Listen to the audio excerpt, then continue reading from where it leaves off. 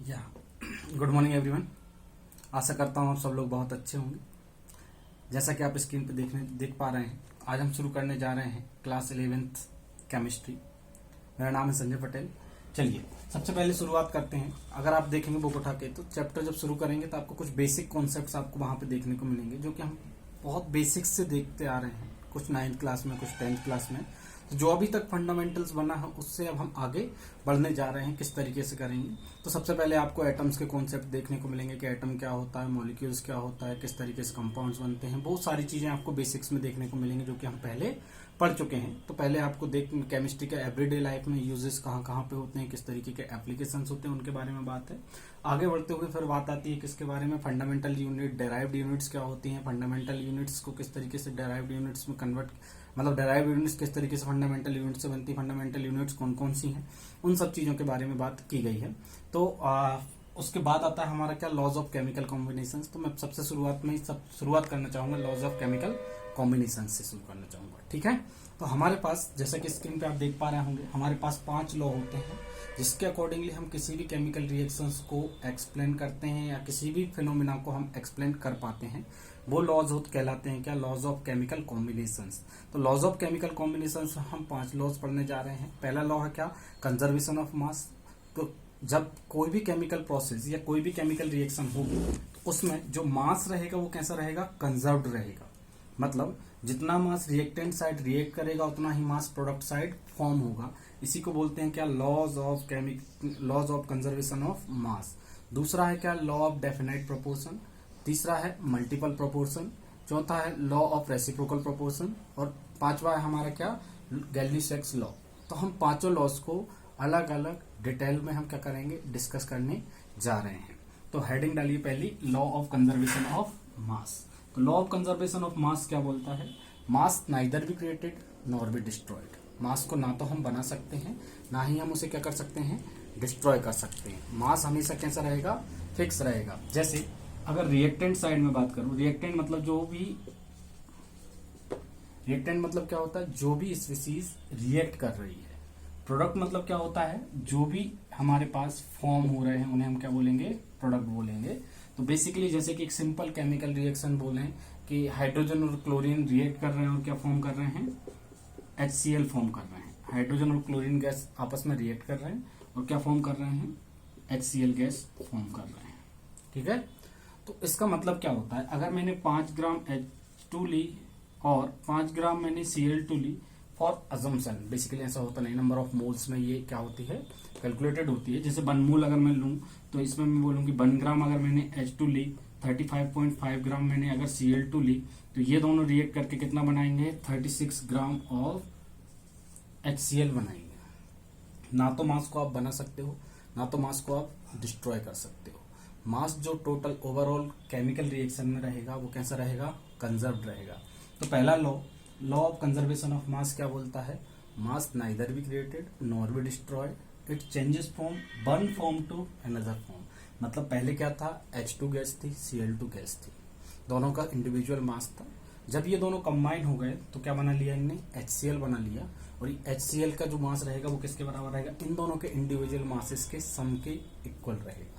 That's called as the law of conservation of mass. मतलब mass कैसा रहेगा एक केमिकल रिएक्शन में ड्यूरिंग एनी केमिकल चेंज, मतलब किसी भी केमिकल चेंजेस के अंडर में during any chemical change matter can neither be created nor be destroyed. ना तो मैटर को आप बना सकते हो, ना ही उसे आप डिस्ट्रॉय कर सकते हो। इसी को बोलते हैं क्या, law of conservation of mass. आशा करता हूं कि law of conservation of mass आपको समझ में आया होगा। चलिए नेक्स्ट है हमारा क्या, लॉ ऑफ कंजर्वेशन ऑफ मास के बाद law of definite proportion. Law of definite proportion basically किस बारे में डील करता है हमारा, कि जब भी दो चीजें कंबाइन होंगी तो जो मासेस का रेशियो रहेगा, mass compound ratios of masses of element are always constant. मतलब अगर H2O की बात करता हूँ सिंपली, जो हम बहुत बार ऑब्जर्व करते आते हैं, तो H2O है। H2O आप किसी भी केमिकल प्रोसेस से बनाओ, चाहे आप एसिड बेस की रिएक्शन से बनाओ, एसिड प्लस बेस की रिएक्शन से बनाओ, या फिर हाइड्रोजन और ऑक्सीजन की रिएक्शन करवा के बनाओ। यहां पे भी क्या बनता था, सॉल्ट प्लस वाटर बनता था। आप H2O कहीं से भी किसी भी केमिकल रिएक्शन से लेके आओ, यहाँ पे H2O के अंडर में जो हाइड्रोजन और ऑक्सीजन का रेशियो रहेगा मासेस का, वो कितना रहेगा 2:16, मतलब 1:8 का रेशियो मेंटेन करेंगे ये अपने मासेस का। मतलब 1 रेशियो हाइड्रोजन का होगा और 8 रेशियोज किसके होंगे, ऑक्सीजन के पाए जाएंगे बाय मास।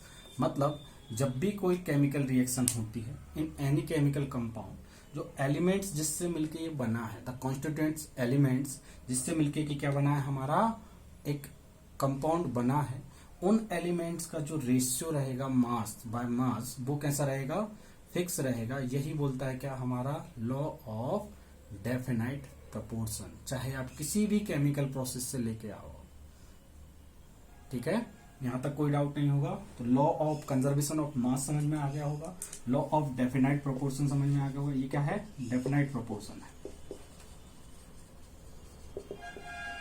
ठीक है। लॉ ऑफ कंजर्वेशन ऑफ मास समझ में आ गया होगा, लॉ ऑफ डेफिनाइट प्रोपोर्शन समझ में होगा, यहां तक कोई डाउट नहीं होगा। वीडियो के रिगार्डिंग मेरा ये कहना है कि अगर वीडियो के रिगार्डिंग आपको कोई भी डाउट आता है, किसी भी तरीके से डाउट आता है, तो आप मुझसे निश्चिंत होकर पूछ सकते हैं, कमेंट में बोल सकते हैं, या फिर मेरे पर्सनल नंबर पे मुझे आप कॉल कर सकते हैं कि सर ये प्रॉब्लम आ रही है या ये दिक्कत आ रही है, तो आप मुझसे उसे क्लियर कर सकते हैं इंडिविजुअली, ठीक है। आशा करता हूं कि यहां तक कोई डाउट नहीं होगा। अब आगे बढ़ते हैं। डेफिनाइट प्रोपोर्शन के बाद जो थर्ड लॉ है, जो कि हमारा केमिकल कॉम्बिनेशन का थर्ड लॉ है, वो क्या बोलता है, law of multiple proportion. Law of multiple proportion क्या बोलता है,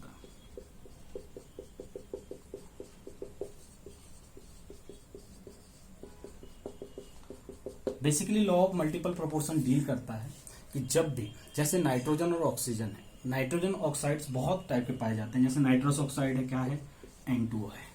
नाइट्रस ऑक्साइड क्या है, N2O है। दूसरा क्या है हमारा, नाइट्रिक ऑक्साइड क्या होता है, NO होता है, ठीक है। तीसरा क्या है, नाइट्रोजन और ट्राईऑक्साइड, N2O3, ठीक है। इन तीनों में नाइट्रोजन और ऑक्सीजन के कंपाउंड्स है, जिसमें कि नाइट्रोजन कंबाइन हो रही है और ऑक्सीजन कंबाइन हो रही है। अगर मैं इनका रेशियो लेने जाऊं, क्या लेने जाऊं, बाय रेशियो लेने जाऊं, किसका रेशियो लेने जाऊं, नाइट्रोजन और ऑक्सीजन के वेट्स का, तो यहाँ पे मैं अगर बात करूं तो ये कितना रहेगा, नाइट्रोजन मतलब 14, यहाँ पे 2 एटम प्रेजेंट थे तो 14 2 28 रेशियो 16, एक ऑक्सीजन था तो 16। यहाँ पे नाइट्रोजन और ऑक्सीजन का कितना है, 14 रेशियो 16। यहाँ पे नाइट्रोजन और ऑक्सीजन कितना है, 14 2 28 रेशियो 16 3 48, ठीक। यहां तक कोई डाउट नहीं होगा, मेरे हिसाब से। चलिए, अगर मैं इन्हें सिंपल रेशियोज में कन्वर्ट करूं, मतलब नाइट्रोजन का 14 रेशियो, एक नाइट्रोजन से कितने ऑक्सीजन कंबाइन हो रहे हैं, 8 ग्राम कंबाइन हो रही है। यहाँ पे 14 रेशियो 16, यहाँ पे अगर बात करूं तो कितना कंबाइन हो रहा है, 14 रेशियो, इसका आधा किया है तो इसका भी क्या करूंगा, हाफ करूंगा, तो 48 का हाफ कितना हो जाएगा, 24। आपको कुछ यहाँ पे सिमिलरिटी दिख रही है, 8 16 24, मतलब इन यहाँ पे जो ऑक्सीजन कंबाइन हो रहा है, ratios of oxygen by weight क्या है, 1 2 3। यहाँ पे एक नाइट्रोजन के एटम के साथ आधा मॉलिक्यूल, या बोलूं कि बाय वेट हाफ कंबाइन हो रहा है। यहाँ पे एक नाइट्रोजन के साथ एक ऑक्सीजन है, यहाँ पे एक नाइट्रोजन के साथ हाफ से भी, मतलब 1.5 मॉलिक्यूल यहाँ पे कंबाइन हो रहा है, एटम कंबाइन हो रहा है। ये क्या है, ऑक्सीजन का बाय वेट जो कंबाइन हो रहा है वो अलग अलग है, लेकिन कंबाइन क्या हो रहा है, ऑक्सीजन और नाइट्रोजन ही हो रहा है। तो ये लॉ क्या बोलता है, when 2 elements combine to form a 2 और मोर देन 2 कंपाउंड्स, मतलब नाइट्रोजन और ऑक्सीजन कंबाइन हो रहे हैं, फॉर्म कर रहे हैं 2 या 2 से और भी अधिक कंपाउंड्स, क्या कर रहे हैं, ये फॉर्म कर रहे हैं 2 और more than 2 compounds, the masses of one of the element which combine with the fixed mass of the other, एक एलिमेंट का मास मतलब ऑक्सीजन का mass, fixed mass of element of other, मतलब नाइट्रोजन के साथ जो कंबाइन हो रहा है क्या, ऑक्सीजन का मास, वो बियर करेगा क्या, सिंपल होल रेशियो 1 2 3। ये क्या है, सिंपल नंबर्स में होल रेशियोज में कंबाइन होगा। इसी को बोलते हैं क्या, लॉ ऑफ मल्टीपल प्रोपोर्शन क्या बोलता है, जब भी 2 और more than 2 elements combine with each other and forms 2 और मोर देन 2 कंपाउंड्स, मतलब दो या दो से ज्यादा कंपाउंड्स फॉर्म कर रहे हैं। बेसिकली यहाँ पे क्या है, नाइट्रोजन और ऑक्सीजन है, दोनों कंबाइन होके हमारे पास क्या बना रहे हैं, तीन कंपाउंड्स बना रहे हैं, नाइट्रस ऑक्साइड, नाइट्रिक ऑक्साइड और नाइट्रोजन ट्राइऑक्साइड। ठीक है, इन तीनों कंपाउंड्स में नाइट्रोजन है और ऑक्सीजन है। यहाँ पे जब हम इनका सिंपल रेशियो लेने जाते हैं कि एक नाइट्रोजन के एटम के साथ जो ऑक्सीजन है वो कितना कंबाइन हो रहा है, तो ऑक्सीजन जो कंबाइन होगा वो बियर करेगा क्या, simple whole number ratio by weight, that's called as the law of multiple proportion. Is there any doubt regarding law of multiple proportion? आशा करता हूँ यहाँ पे समझ में आ गया होगा। और ज्यादा वो गो थ्रू जाओगे तो आपको और भी ज्यादा क्या मिलेंगे, यहाँ पे एग्जाम्पल्स देखने को मिलेंगे। चौथा जो लॉ आता है हमारा, लॉ ऑफ रेसिप्रोकल प्रोपोर्शन। कौन सा है, लॉ ऑफ रेसिप्रोकल प्रोपोर्शन।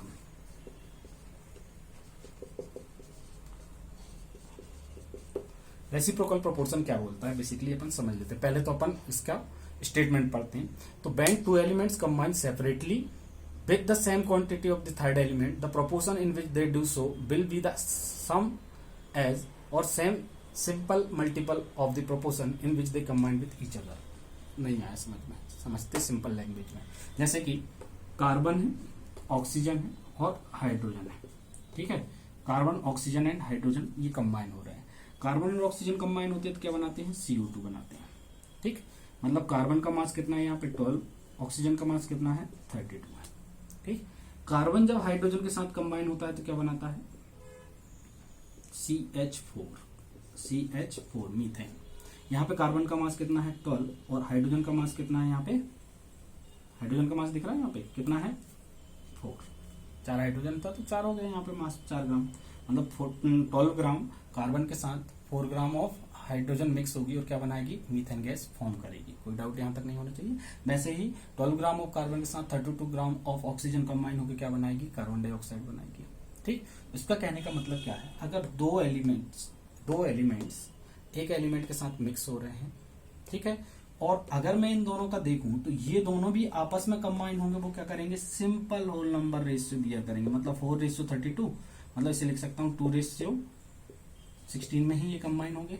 तो आपको पता है कि यहाँ पे हाइड्रोजन और ऑक्सीजन कंबाइन होकर क्या बनाते हैं, H2 में अगर आप देखोगे तो हाइड्रोजन का मास कितना है 2, ऑक्सीजन का मास कितना है 16।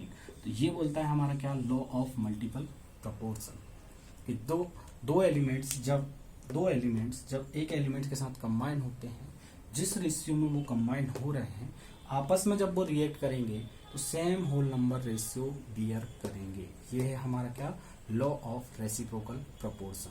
यहां तक कोई डाउट नहीं होगा। ठीक है, अब नेक्स्ट लॉ के बारे में बात करते हैं हम, लॉ ऑफ या फिर गैली-सेक्स लॉ। तो गैली-सेक्स लॉ क्या बोलता है, गैली-सेक्स लॉ। तो गैली-सेक्स लॉ का पहले statement, when gases react together they do so in the volumes which bear the simple ratio two another and the volumes of gaseous product provide all measurements were made under the similar condition of temperature and pressure। नहीं आता समझ में क्या हो रहा है, चलिए ठीक है। H2 plus Cl2 gives HCl twice of HCl। ठीक, गैली-सेक्स लॉ ये बोलता है कि अगर एक वॉल्यूम आपने क्या लिया, एक वॉल्यूम अगर आपने H2 लिया, एक वॉल्यूम आपने किसका लिया, Cl2 का लिया, तो ये दोनों मिलके दो वॉल्यूम बनाएंगे क्या, HCl बनाएंगे। मतलब इनका जो हमारा वॉल्यूम का रेशियोज है वो कंबाइन हो जाएगा। क्या हो जाएगा, कंबाइन हो जाएगा, और ये वही फॉर्म करेंगे। जैसे अगर मैं बात करूं कि H2 plus thrice of H2 plus N2 gives NH3, ammonia बनाने की हैबर प्रोसेस के थ्रू बनाते हैं। तो इसमें हाइड्रोजन के कितने वॉल्यूम है, 3 वॉल्यूम है, नाइट्रोजन का 1 वॉल्यूम है, और अमोनिया भी कितनी बनेगी, 1 वॉल्यूम बनेगी। कोई डाउट है यहाँ तक, यहाँ पर सॉरी, अमोनिया 2 वॉल्यूम बनेगी, 2NH3 रहेगा ना, तो 2 वॉल्यूम बनेगी। तो ये सिंपल होल नंबर्स में वॉल्यूम बियर करते हैं, यही कहलाता है क्या, हमारा गैली-सेक्स लॉ। कोई डाउट है यहाँ तक? ये पांचों लॉज हैं जिन्हें हम बोलते हैं लॉज ऑफ केमिकल कॉम्बिनेशंस, जिससे कि हम सारी गवर्न करते हैं कि किस तरीके से केमिकल प्रोसेसेस होती हैं, किस तरीके से कंबाइन होंगी, किस तरीके से हम उन्हें बैलेंस करते हैं। इन सब चीज़ों के बारे में हम और आगे जब जैसे जैसे बढ़ते जाएंगे, जैसे जैसे केमिकल प्रोसेसेस के बारे में बात करेंगे, उनके बारे में डिटेल में डिस्कस करेंगे। अगली क्लास में एक मैं क्लास बनाऊंगा किसके ऊपर, मेजरमेंट्स के ऊपर बेसिक यूनिट्स क्या होती हैं, डेराइव्ड यूनिट्स क्या होती हैं, उन डेराइव्ड यूनिट्स के बारे में हम कैलकुलेशन करने जाएंगे कि किस तरीके से ये मेजरमेंट किए जाते हैं, किस तरीके से टेम्परेचर को मेजर किया गया, किस तरीके से हमारे जो डिस्टेंस है उसको मेजर किया गया, किस तरीके से एसआई यूनिट आई, किस तरीके से सीजीएस यूनिट आई, किस तरीके से एमकेएस यूनिट आई। इन सारी यूनिट्स के बारे में हम डिटेल में डिस्कस करेंगे। तो कौन सी यूनिट्स हमें फॉलो करनी है, एमकेएस यूनिट्स को किस तरीके से कन्वर्जन किया जाता है, उन सब चीजों के बारे में हम डिटेल में डिस्कस करेंगे नेक्स्ट क्लास में। ये क्लास थी किसके ऊपर, लॉज ऑफ केमिकल कॉम्बिनेशंस के ऊपर। अगर आपको इसके रिलेटेड कोई भी डाउट है तो आप कमेंट में जाके आकर मुझसे पूछ सकते हैं, या फिर मेरे पर्सनल नंबर पर कॉल करके आप पूछ सकते हैं। ठीक है, चलिए, हंसते रहिए, मुस्कुराते रहिए, खुश रहिए।